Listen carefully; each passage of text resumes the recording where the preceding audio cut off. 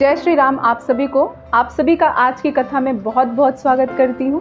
हमने पिछली कथा में चर्चा किया था कि हमारे प्रभु श्री रामचंद्र जी, मैया सीता जी, श्री लक्ष्मण जी श्रृंगवेरपुर में विश्राम करते हैं।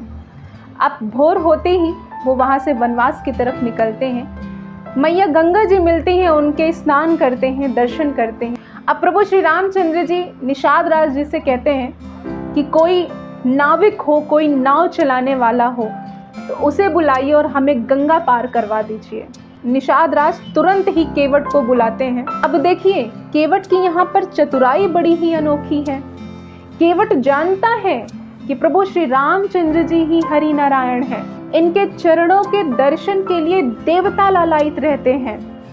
अब वो यहाँ पर चतुराई दिखाते हुए प्रभु श्री रामचंद्र जी के पास जाता है और बोलता है कि हे स्वामी, मेरे पूरे परिवार का भरण पोषण करने वाला सिर्फ मैं ही हूँ और मेरी कमाई सिर्फ एक नाव से होती है। और मैंने ये सुना है कि आपके चरण पड़ते ही पत्थर स्त्री बन गई। अगर आप मेरे नाव पे चरण रखेंगे तो कहीं ऐसा ना हो कि मेरा नाव ही गायब हो जाए, और नाव अगर गायब हो जाएगी तो मेरे परिवार का देखभाल कौन करेगा, मेरी कमाई कैसे होगी। और केवट बड़े ही चतुरता के साथ और बड़े भक्ति भाव में कहता है कि हे स्वामी, मैं एक ही शर्त पर आपको अपने नाव में बैठने दूंगा। रघुकुल नंदन तो सारी बात समझते हैं, वो तो अंतर्यामी हैं। फिर भी वो पूछते हैं कि भैया बताओ ऐसी कौन सी शर्त है। केवट कहता है कि मैं सर्वप्रथम आपके चरण धोऊंगा। आपके चरणों में पता नहीं कौन सी चमत्कारी रज लगी हुई है कि किसी भी चीज को स्पर्श करते ही वो अनोखा अनमोल हो जाता है। प्रभु श्री रामचंद्र जी मुस्कुराते हुए कहते हैं कि ठीक है भैया, आप मेरे चरण धुल लो। केवट तुरंत ही बड़ा सा परात मंगाता है और उसमें जल मंगवाता है, भगवान के चरण धुलना शुरू कर देता है। अब सोचिए, जिनके चरणों के दर्शन करने के लिए देवता लालायित रहते हैं, जिनके चरणों को स्पर्श करने के लिए देवता लालायित रहते हैं, उन्हीं चरणों को केवट कितने आसानी और कितने चतुराई के साथ धुल रहा है।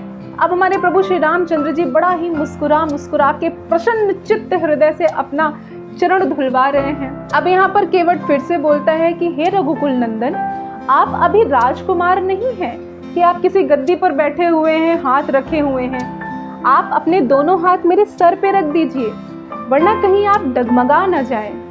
अब देखिए, ये बात सुनकर मैया सीता जी भी अचंभित हो गई कि जिनके चरण मैं दबाया करती हूँ, जिनके हाथों का स्पर्श मैं अपने सर पर हमेशा चाहती हूँ, उनके हाथों का स्पर्श ये केवट कितनी आसानी से ले रहा है, कितनी चतुराई से ले रहा है।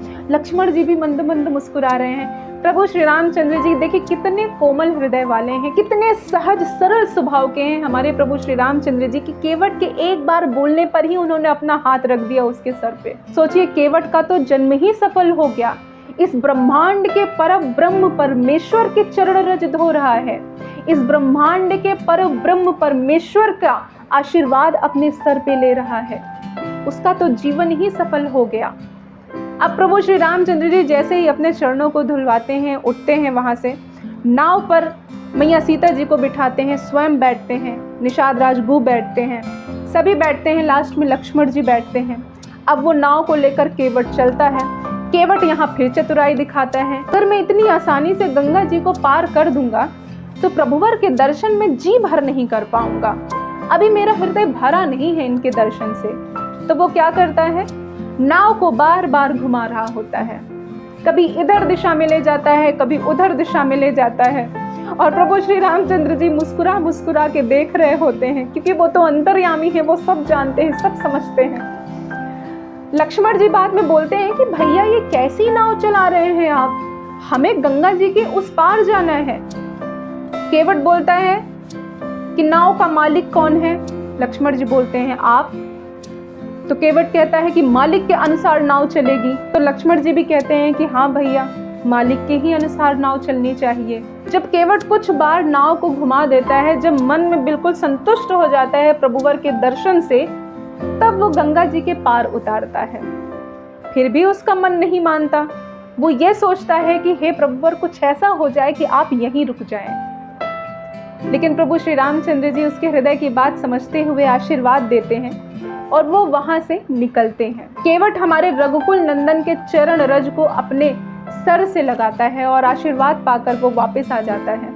और हमारे रघुकुल नंदन मैया सीता जी, श्री लक्ष्मण जी और निषाद राज गु आगे की तरफ बढ़ते हैं, यानी वनवास की तरफ बढ़ते हैं। तो ये थी आज की केवट की भक्ति और भक्ति भरी चतुराई की कथा। तो मैं आशा करती हूँ कि आप सभी को आज की कथा पसंद आई होगी। अब हम मिलेंगे अपने आने वाली कथा में। तो आज के लिए जय श्री राम।